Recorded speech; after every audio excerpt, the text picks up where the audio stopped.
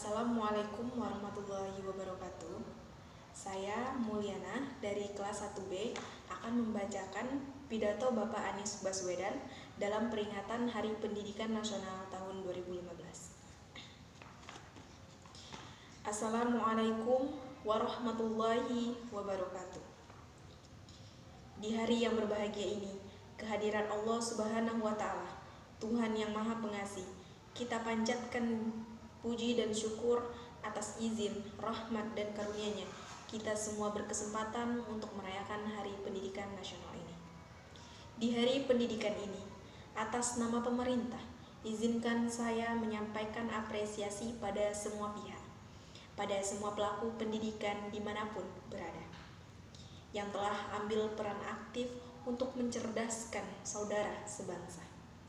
Untuk para pendidik di semua jenjang yang telah bekerja keras membangkitkan potensi peserta didik untuk menjadi manusia berkarakter mulia, yang mampu meraih cita-cita menjadi pembelajar sepanjang hidup. Terimalah salam hormat dan apresiasi dari kita semua. Bapak, Ibu, dan hadirin yang mulia, Republik tercinta ini digagas oleh anak-anak muda terdidik dan tercerahkan. Pendidikan telah membukakan mata dan kesadaran mereka untuk membangun sebuah negeri Bhinneka yang modern. Sebuah negara yang berakarkan adat dan budaya bangsa Nusantara, beralaskan semangat gotong royong, tapi tetap mengedepankan dan menumbuh kembangkan prinsip kesejajaran dan kesatuan sebagai sebuah negara modern. Pendidikan telah membukakan pintu wawasan, menyalakan cahaya pengetahuan, dan menguatkan pilar ketahanan moral. Persinggungan dengan pendidikanlah yang telah memungkinkan para perintis kemerdekaan untuk memiliki gagasan besar yang melampaui zamannya. Gagasan dan perjuangan yang membuat Indonesia dijadikan sebagai rujukan oleh bangsa-bangsa di Asia dan di Afrika. Dunia terpesona pada Indonesia, bukan saja karena keindahan alamnya atau keramahan penduduknya atau keagungan budayanya, tetapi juga karena deretan orang-orang terdidiknya yang berani mengusung ide-ide terobosan dengan ditopang pilar moral dan intelektual. Indonesia adalah negeri penuh berkah. Di tanah ini, setancapan ranting bisa tumbuh menjadi pohon yang rindang, alam subur, laut melimpah, apalagi bila melihat mineral, minyak, gas, hutan, dan semua deretan kekayaan alam. Indonesia adalah wajah cerah khatulistiwa, namun kita semua harus sadar bahwa aset terbesar Indonesia bukan tambang, bukan gas, bukan minyak, bukan hutan, ataupun segala macam hasil bumi. Aset terbesar bangsa ini adalah manusia Indonesia. Tanggung jawab kita sekarang adalah mengembangkan kualitas manusia Indonesia. Manusia yang terdidik dan tercerahkan adalah kunci kemajuan bangsa. Jangan sesekali kita mengikuti jalan berpikir kaum kolonial di masa lalu. Fokus mereka, kaum kolonial itu, adalah pada kekayaan alam saja dan tanpa peduli pada kualitas manusianya. Kaum kolonial memang datang untuk mengeruk dan menyedot isi bumi Nusantara, menguras hasil bumi Nusantara. Karena itu, mereka peduli dan tahu persis data kekayaan alam kita, tetapi mereka tak pernah peduli dengan kualitas manusia di Nusantara. Kini kita sudah 70 tahun merdeka. Kemerdekaan itu bukan hanya untuk menggulung kolonialisme, melainkan juga untuk menggelar kesejahteraan dan keadilan sosial bagi seluruh rakyat Indonesia.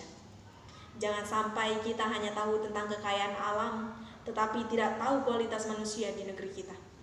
Kita harus berkonsentrasi pada peningkatan dan pengembangan kualitas manusia. Kita tidak boleh mengikuti jalan berpikir kaum kolonial yang terfokus hanya pada kekayaan alam, tetapi melupakan soal kualitas manusia. Mari kita jawab. Tahukah kita berapa jumlah sekolah, jumlah guru, jumlah siswa, jumlah perguruan tinggi di daerah kita? Tahukah kita berapa banyak anak-anak di wilayah kita yang terpaksa putus sekolah? Tahukah kita tentang kondisi guru-guru di sekolah yang mengajar anak-anak kita? Tahukah kita tentang tantangan yang dihadapi oleh kepala sekolah dan guru untuk memajukan sekolahnya? Lebih jauh lagi, berjuta jumlahnya putra-putri Indonesia yang kini telah berhasil meraih kesejahteraan. Pada kita yang telah sejahtera itu, jelas terlihat bahwa pendidikan adalah hulunya.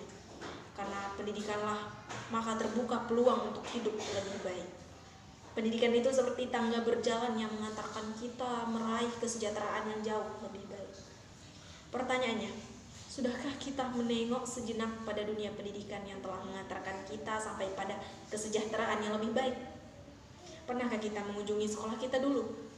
Pernahkah kita menyapa, bertanya kabar dan kondisi, serta berucap terima kasih pada guru-guru yang mendidik kita dulu? Pernahkah kita menyapa kembali dan menyampaikan terima kasih pada dosen-dosen kita? Bagi kita yang kini berkiprah di luar dunia pendidikan, mari kita luangkan perhatian. Mari ikut terlibat memajukan pendidikan. Mari kita ikut iuran untuk membuat generasi anak-anak kita bisa meraih yang jauh lebih baik dari yang berhasil diraih generasi ini. Dan iuran paling mudah adalah kehadiran. Datangi sekolah, datangi guru, datangi anak-anak pelajar lalu terlibat untuk berbagi, untuk menginspirasi dan terlibat untuk memajukan dunia pendidikan kita. Bapak, Ibu, dan hadirin yang berbahagia, wajah masa depan kita berada di ruang-ruang kelas. Akan tetapi, hal itu bukan berarti bahwa tanggung jawab membentuk bangsa itu, membentuk masa depan itu hanya berada di pundak pendidik dan tenaga kependidikan di institusi pendidikan. Secara konstitusional, mendidik adalah tanggung jawab negara. Namun secara moral, mendidik adalah tanggung jawab setiap orang terdidik. Mengembangkan kualitas manusia Indonesia harus dikerjakan sebagai sebuah gerakan bersama. Semua harus ikut peduli, bahu-membahu, saling sokong dan topang untuk memajukan kualitas manusia Indonesia lewat pendidikan. Oleh karena itu, Bapak dan Ibu hadirin yang berbahagia, peringatan Hari Pendidikan Nasional tahun ini, kita mengambil tema pendidikan sebagai gerakan pencerdasan dan penumbuhan generasi berkarakter Pancasila. Kata kunci dari tema tersebut adalah gerakan. Pendidikan harus dipandang sebagai ikhtiar kolektif seluruh bangsa. Karena itu, pendidikan tidak bisa dipandang sebagai sebuah program semata. Kita harus mengajak semua elemen masyarakat untuk terlibat. Kita mendorong pendidikan menjadi gerakan semesta, yaitu gerakan yang melibatkan seluruh elemen bangsa. Masyarakat merasa memiliki, pemerintah memfasilitasi, dunia bisnis peduli, dan ormas atau LSM mengorganisasi. Berbeda dengan sekedar program, yang perasaan memiliki atas kegiatan hanya terbatas pada para pelaksanaan program.